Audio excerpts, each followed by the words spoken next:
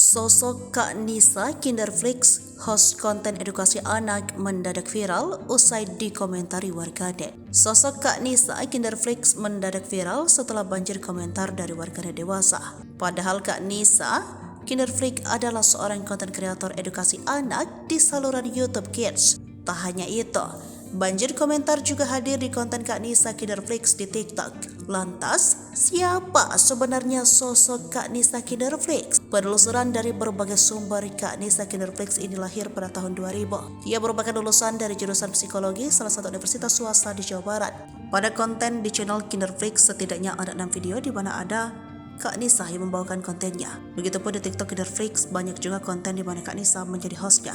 Pembawaan ceria ditambah lagi pemilihan warna yang tidak mencolok membuatnya digemari anak-anak. Banyak juga yang memuji Kak Nisa Kinderflix dalam pembawaan yang bersahaja, sehingga anak-anak pun tertarik untuk mengikuti gerakan dan ucapannya. Kak Nisa Kinderflix juga populer di dunia maya belakangan ini karena kelebih-lebihan yang ia tampilkan saat menjadi host konten edukasi tersebut. Sementara itu, channel Kinderflix juga cukup populer. Hingga berita ini ditulis, channel tersebut telah memiliki 133.000 subscriber. Akun TikToknya pun cukup populer, memiliki 57.000 lebih pengikut disertai 781.000 lebih like.